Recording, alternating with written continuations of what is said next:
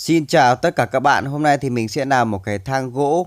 Cái cây thang gỗ này là cây thang gỗ dạng ngắn, rơi vào tầm khoảng từ 2,5 mét. Đây là những cái cây gỗ mà mình đã kiếm được. Cây gỗ này là mình tận dụng từ những cái cây gỗ mít. Cây gỗ mít này thì nó sẽ có tuổi của nó là từ 7 cho tới 8 năm. Thì cái cây gỗ mít này của nhà mình thì nó bị không có quả, nên mình tiến hành mình chặt cái cây để đó đi, sau đó là mình sẽ phơi khô và mình làm một cái thang để tận dụng luôn các bạn ạ. Thì trước tiên thì mình sẽ cạo hết tất cả những cái vỏ ở phía bên ngoài của cái cây gỗ này sao cho nó đồng đều.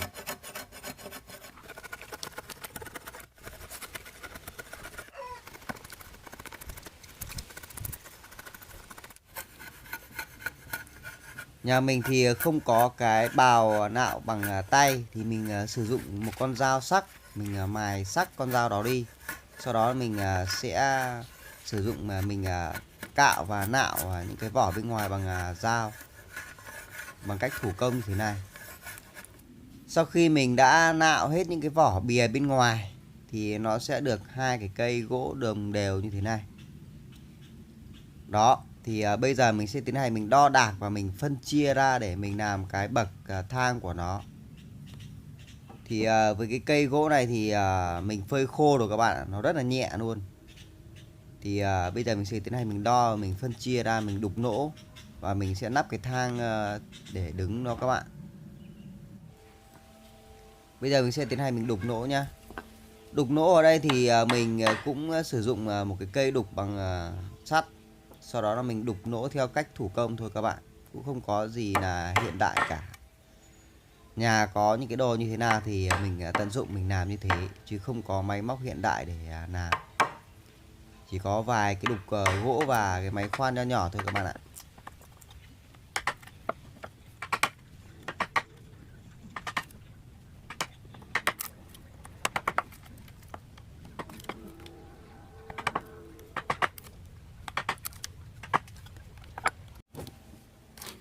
Cái lỗ đục này thì mình sẽ đục sâu tầm khoảng gần một nửa cây gỗ này.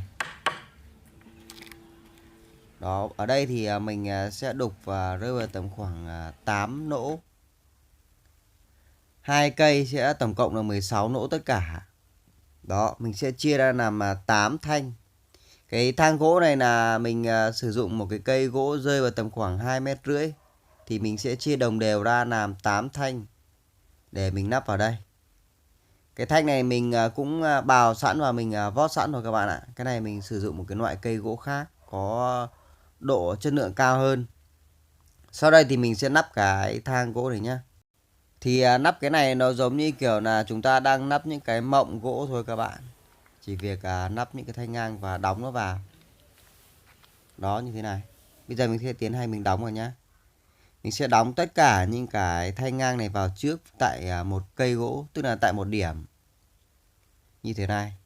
Sau đó là lát sau mình sẽ dựng cái một phần còn lại của cái thanh cuối cùng. Và mình sẽ dựng dọc nó lên và mình đóng xuống. Nó sẽ tạo thành một cái thang gỗ. Đó, mình sẽ đóng và ép thật chặt những cái mộng này với nhau. Sau khi mình ép được những cái mộng này nó được ăn khớp với nhau và điều chỉnh cho thẳng hàng thì nó đã tạo thành một cái thang hoàn thành tới 80% rồi các bạn ạ. Công việc còn lại đó chính là mình sẽ khoan cái lỗ tại cái thang này và mình sẽ sử dụng những cái đinh bằng gỗ. Cái đinh bằng gỗ này thì trước tiên thì mình sẽ cần phải khoan lỗ để xuyên qua cái thanh ngang của nó và mình sẽ đóng cái đinh để giữ cố định không cho nó dịch chuyển các bạn ạ. Bây giờ mình sẽ tiến hành mình khoan và mình lắp đặt cho các bạn xem nhé. Những cái công đoạn cuối cùng. Đó. Đây là cái đinh bằng gỗ mình đã vót sẵn và mình sẽ đóng xuống. Nhằm mục đích là cho giữ cố định, không cho dịch chuyển các thanh ngang của nó sang hai bên. Thì cái cây thang này sẽ có 16 cái đinh gỗ này. Và mình sẽ đóng hết xuống Sau đó là mình sẽ cắt đi.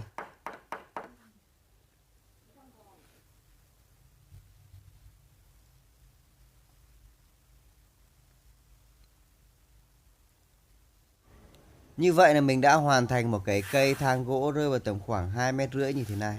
Chia làm 8 thanh ngang để trèo lên trèo xuống. Đó các bạn thấy không?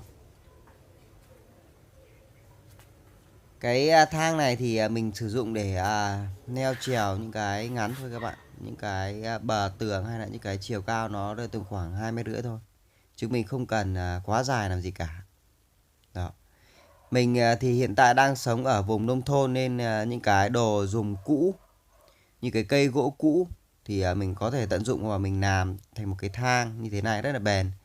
Thì mình lựa chọn cái cây mít gỗ nó có độ tuổi từ 7 từ 8 năm, nó không có quả đó các bạn, thì mình sẽ chặt nó đi và mình sẽ làm cái thang này. Thì bản chất của những cái cây gỗ mít thì nó có cái độ bền rất là dẻo và nó nhẹ, thì nó không bị nứt rẽ giống như cái loại cây gỗ khác, nên mình lựa chọn mình làm những cái thang ngắn này để sử dụng trong sinh hoạt và đời sống, để sử dụng neo và sửa chữa, hoặc là chúng ta có thể áp dụng cho mọi công việc cần neo trèo. Đó, nó rất là tiện lợi luôn các bạn ạ. Video ngày hôm nay thì mình chia sẻ một cái phần nho nhỏ trong cuộc sống của mình khi mình chế tạo một số những cái dụng cụ thô sơ từ những cái đồ có sẵn tại gia đình và mình làm để sử dụng. Bình thường thì mình làm cái thang này cũng mất tầm khoảng gần 1 ngày là xong các bạn ạ. Nhưng mà cái công việc khi mình sử dụng và mình chế tạo ra nó thì nó rất là có ý nghĩa. Từ những cái đồ dùng tự chế tại nhà, có sao chúng ta tự chế như thế và chúng ta sử dụng. Rồi, video của mình đến đây là kết thúc rồi. Các bạn thấy video của mình hay thì các bạn like và chia sẻ cho bạn bè, và đừng quên nhấn nút đăng ký kênh để ủng hộ mình với nhé. Xin chào và hẹn gặp lại các bạn ở những video sắp tới. Bye bye.